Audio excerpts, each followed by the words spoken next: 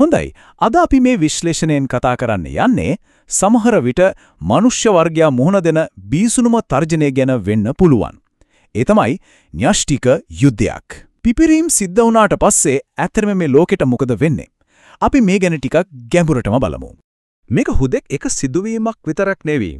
මේක මනුෂ්‍ය ඉතිහාස කතාවේ කවදාවත් මකන්න බැරි බෙදුම් රේඛාවක්. ඒ කියන්නේ යුද්ධයට කලින් තිබුණු ලෝකය ආයේ කවදාවත් අපිට දකින්න ලැබෙන්නේ නැහැ.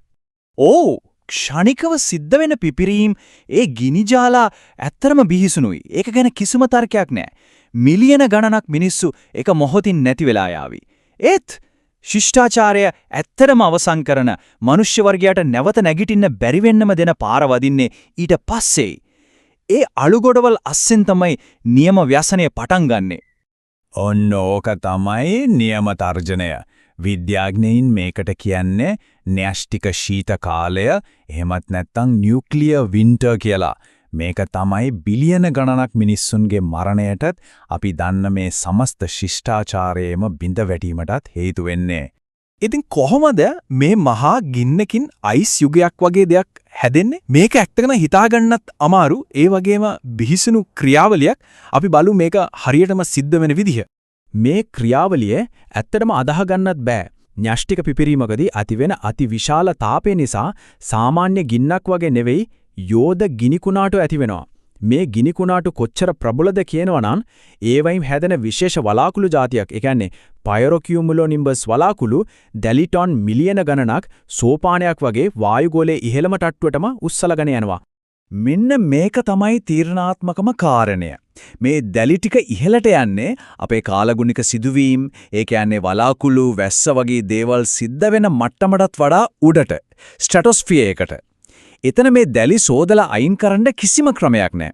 ඒ නිසා අර දැලි තට්ටුව අවුරුදු ගාණක් කිසිම කරදරයක් නැතුව හසේ පාවෙමින් තියෙනවා. 3 මිලියන 150ක් මේ ප්‍රමාණය කොච්චරද කියලා හිතා ගන්න පුරවන්ද? මෙහෙම හිතන්නකෝ. අහස උසට විහිදුණු දැවන්ත ගොඩනැගිල්ලක් සම්පූර්ණයෙන්ම කළු දැලි වලින් හදලා ඒක කුඩු කරලා එකපාරටම අහසට විසිකලා වඩේ. අන්න එච්චර දැලි ප්‍රමාණයක් තමයි වායුගෝලය ආක්‍රමණය කරන්නේ. ඉතින් මේ දැවැන්ත දැලි තට්ටුවේ ඍජු ප්‍රතිඵලය මොකද්ද? රොම්බ සරලයි. ඒකෙන් සූර්යාලෝකයේ සම්පූර්ණයෙන්ම අවහිර වෙනවා. මේකෙන් පටන් ගන්නේ ක්ෂණික මහා විනාශකාරී දේශගුණික විපර්යාසයක්. කෘත්‍රිම අයිස් යුගයක්. වෙනස ඇත්තටම හිතා ගන්නවත් බැරි තරම්. එක දවසකින් අපි දන්න මේ දේශගුණය මේ ඍතු චක්‍රය සම්පූර්ණයෙන්ම වෙනස් වෙනවා. එක පාරටම ලෝකය අඳුරු, গুপ্ত, සීතල තැනක් බවට පත් වෙනවා. මේ අලුත් බිදුණු දේශගුණය ඇතුලේ ජීවත් වෙන්න හරිම අමාරුයි. අපි දන්න ඍතු ක්‍රමය නැත්තටම නැති වෙලා යනවා. සමහර විට ගිම්යානයක් ආයේ එන්නෙම නැති වෙයි. ඒ කියන්නේ වගා කරන්න බෑ. ඒ විතරක් නෙවෙයි, සාගර වලින් වතුර වාෂ්ප වෙනක නතර වුණාම ලෝකයේ පුරාම දරුණු නියගයක් ඇති වෙනවා. ඉතින් මේ දේශගුණික අවුල නිසා මනුෂ්‍ය පැවැත්මට තියෙන ක්ෂණිකම දරුණුම තර්ජනයට අපි එනවා. ඒ තමයි කුසගින්න. හිතන්න ඇමරිකාවේ මහා තැන්න යුක්‍රේනය වගේ ලෝකයටම කෑම සපයන ප්‍රදේශ අවුරුදු ගාණක් යනකල් අයිස් මිදෙන මට්ටමටත් වඩා අඩු උෂ්ණත්වයක පවතිනවා. මේ වගේ තත්වයක් යටතේ කිසිම දෙයක් වවන්න කොහෙත්ම බෑ. ප්‍රශ්නේ දේශගුණයේ විතරක්ම නෙවෙයි. අපේ කෘෂි කර්මාන්තය කියන්නේ හරිම සංකීර්ණ, එකිනෙකට බැඳුණු පද්ධතියක්. ඒක රඳා පවතින්නේ ඉන්ධන, පොහොර, යන්ත්‍ර සූත්‍ර සහ ජාත්‍යන්ත්‍ර වෙළඳාම මත. න්‍යෂ්ටික යුද්ධයකින් මේ ආහාර දාමයේ හැම පුරුකක්ම එකපාරටම කැඩිලා යනවා.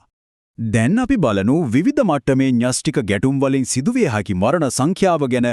විද්‍යාත්මක ආකෘති හරියටම කියන්නේ මොනවද කියලා. සංඛ්‍යා ටිකක් බය හිතෙන සුළුයි.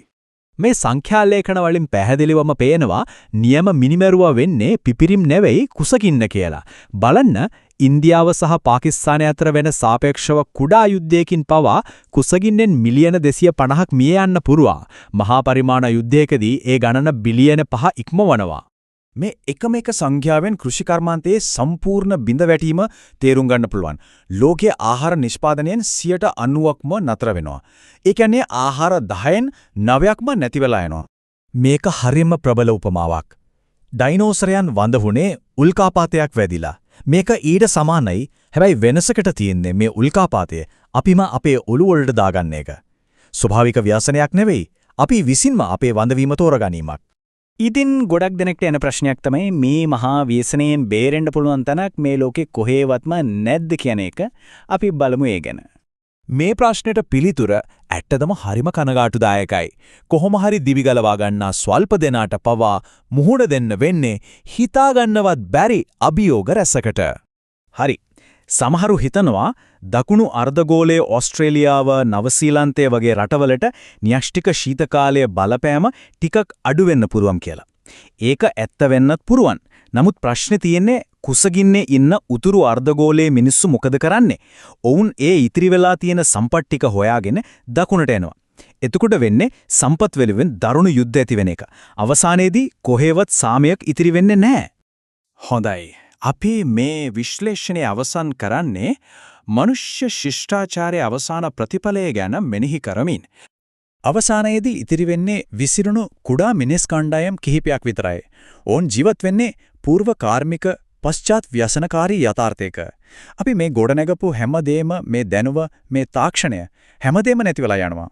ඉතින් අවසාන වශයෙන් අපි හැමෝම මේ ප්‍රශ්නේ ගැන හිතන්න ඕන. කවදා හරි දවසක මේ අලුවලින් නැවත නැගිටින මනුෂ්‍ය වර්ගයා මේ දරුණු වැරද්දම ආයෙත් කරයිද? නැත්නම් ඔවුන් අතීතයෙන් පාඩමක් ඉගෙන ගනීවිද? මේක තමයි අපිට ඉතිරි වෙද ලොකුම ප්‍රශ්නය.